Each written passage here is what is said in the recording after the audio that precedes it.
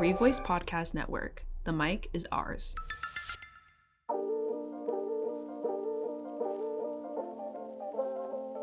Hey listeners, welcome back to a Revoice Network original called Podline, where students like you can anonymously share your burning college-related dilemmas and juicy stories based on the weekly topic. I'm your host, Kayla. And I'm Erica. And we're both students attending VCU, so think of us as the big sisters you never knew you needed, who have been through it all and can give it to you straight. You may be asking, where can I go to submit for the next episode? Well, stay tuned to find out towards the end of the show.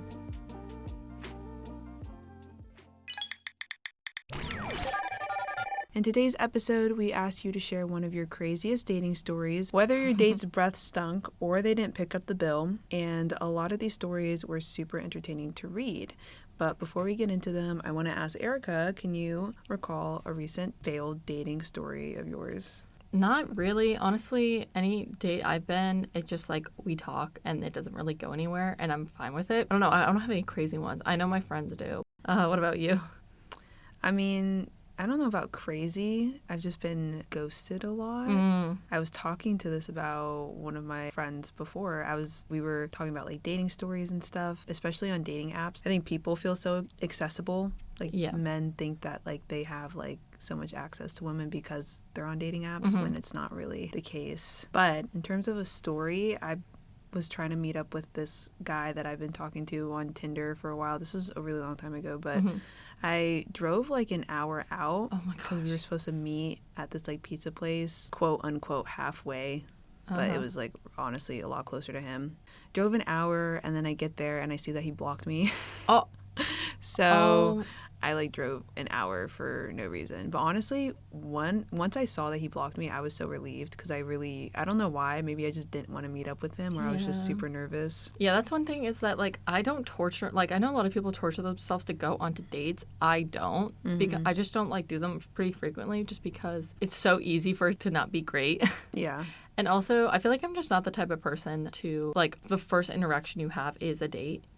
Or like, yeah, you know, you talk online or whatever, but the first like time you meet up is a date. I don't know.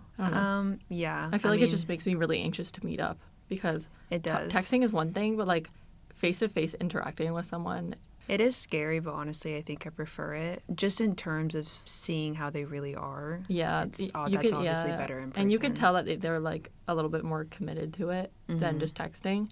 But sometimes texting is just fun because it's nothing serious. I don't know. Like it depends on what you want.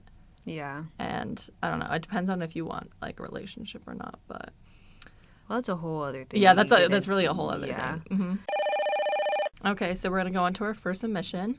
Dude, I was trying to get over a guy when I decided that going on Hinge dates with frat guys would be a good idea. I matched with this man, let's call him S, who was pretty high up in his frat of a surrounding school. We texted for about a week, and we both liked the same music and bonded over liking old sports cars, but our main common interest was that we both played guitar. So basically, for our first date, he invites me to his penthouse apartment and wines and dines me, which sounds great, but he was insanely awkward and kept talking about his high school friends. After we finished eating dinner, we had some more wine, and I noticed that he's filling my glass way more than his. I thought this was odd, but who am I to turn down some good wine? Okay, real. I noticed his guitars in the corner and asked him if I could pick up one, and he says, yeah, let's jam.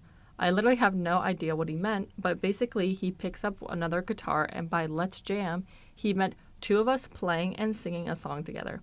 I told him that I would not be singing or playing with him, so I guess this was an invitation for him to perform Blackbird by the Beatles, and then ruin Black by Pearl Jam for me. Oh gosh. He was horrible at both playing guitar and singing. But the worst part was that his kissing, I swear to God, this dude had no idea of the human anatomy because he was trying to make out with my chin the entire time. Wow. After about 5 minutes of us making out, I told him I had to be up early and left. That's such a great excuse. I love being like, nah, I got work tomorrow. I can wake up early. Even when I don't, but like, I don't know. I feel like if they were cool, I would say, yeah, sure. But considering the whole time he was just talking about him. Yeah. And also that he was giving you more wine than him. I was It just getting seems off vibes, and I don't know if I would want to continue the hangout even longer by playing songs. Yeah, it kind of seems like he was trying to get you drunk or something, Yeah. which is definitely a red flag, because why are you trying to do that? Yeah, and... What are your intentions? Okay, this is super off topic. Well, not really, but it kind of aligns with this. But I remember I was seeing this guy who played music, and it was like our 4th date, maybe. I don't know. I was over at his house, and he was like genuinely trying to make me like sing. I was like, excuse my French, but like I do not sing. Like, what the hell? And I said no multiple times, and he was like, oh, come on, like, just do it. No, I feel like musicians kind of freak me out a bit. And unfortunately, that's a vast majority of the Richmond roster are musicians. I feel like they just kind of have a certain vibe to them. I think it's cool. I don't cool. know what it is. I think it's cool if you are a musician and you do music and stuff, but don't force me to do it. Okay, we do have an update. After this date, I went to one of his frats where I got drunk and completely ignored him the entire time. I felt bad and asked him if he wanted to be friends, and he said, quote, I have enough friends. Ouch. That is an ouch. Wow. I mean, I would be relieved. Oh, you have enough friends? Okay, cool. Like, yeah. I don't... mean, I think it's just that overall, I just think this guy was being very awkward. And you kind of like, you kind of have to feel a little bit empathetic about it because, like, yeah, the date. But you feel so hurt about it that you're like, no, we can't even be friends. Yeah. All right, this is the next submission, and this seems to be like a common theme of musicians. Yeah. So this one says, one time I went on a date with this girl who I wasn't really into, but I wanted to push myself out of my comfort zone. We went to my favorite pho spot, and then we went for a walk around downtown. I'm not a smoker, but she was, and she smoked probably 5 times throughout our date. Oh. We decided to go to the park, and we were sitting having awkward conversation, and she asked if I wanted to hear her new song. So I said, sure. Little did I know she wasn't going to play her new song out her phone. She was going to start singing it to me. Oh my gosh. It was so hard for me not to laugh. It wasn't good, and it was just so awkward. And I was so self-conscious that someone would see this horrible interaction. After that, I told her I didn't want anything serious, and she got an attitude with me, so I never talked to her again. Oh. Okay, so again, I feel like now I feel a little bit more confident in my thing about musicians. Or, I don't know, I just feel like there's just like a constant stereotype of every time you go on a date with someone and they're a musician, they have to let you know. And oh my gosh, I made this mixtape on SoundCloud, you should hear it. I'm like, you don't have to tell me that. Yeah. I actually could have gone my entire life without knowing that. Because, I don't know, it's just the singing. I would just be really, really embarrassed. And if I'm being honest, I would probably ask them to stop. Yeah, no, I would just be like, oh, okay. Like midway through, I'm like, okay, you're getting too loud, please. Like, we're in public, like, calm down. And like, in I public think too, it would be, I was thinking this, like, maybe it would be better if it was in, like, private, just the 2 of us. But, like, even then, maybe it would still be weird. I don't know. But...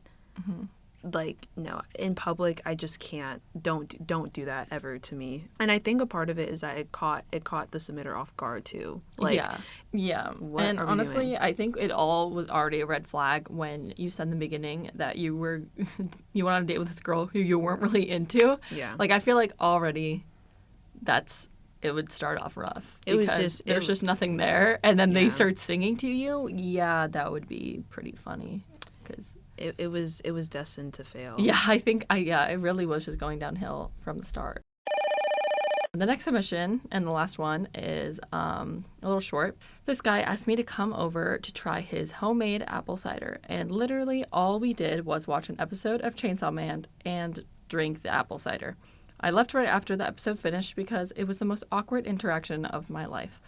I would honestly agree. I think it would be cute, but like as your first date, like this is the first time you guys are meeting up and that's what you do. And also I feel like I'd be tweaking out because like homemade apple cider and Chainsaw Man, like that, you're really setting a mood with that. And I don't know if it's a good one. Well, listeners, it looks like we're out of time, but don't worry, we'll be back next week to give even more advice. For next week's topic, tell us your worst hair experience. Whether you got gum stuck in your hair or a hairdresser cut way too short, we want to hear about it. If you like this episode, don't forget to rate, review, and download the show and check out our other Revoice Network originals, Common Talk and Bad Attitude. Follow Revoice Network on Instagram at Revoice Network, and to submit a response for future episodes, follow us at Podline_Revoice, where our Share Your Dilemmas Google form lives. Once again, I'm your host, Kayla. And I'm Erica. Thanks for listening. We'll see you next week. See you next week.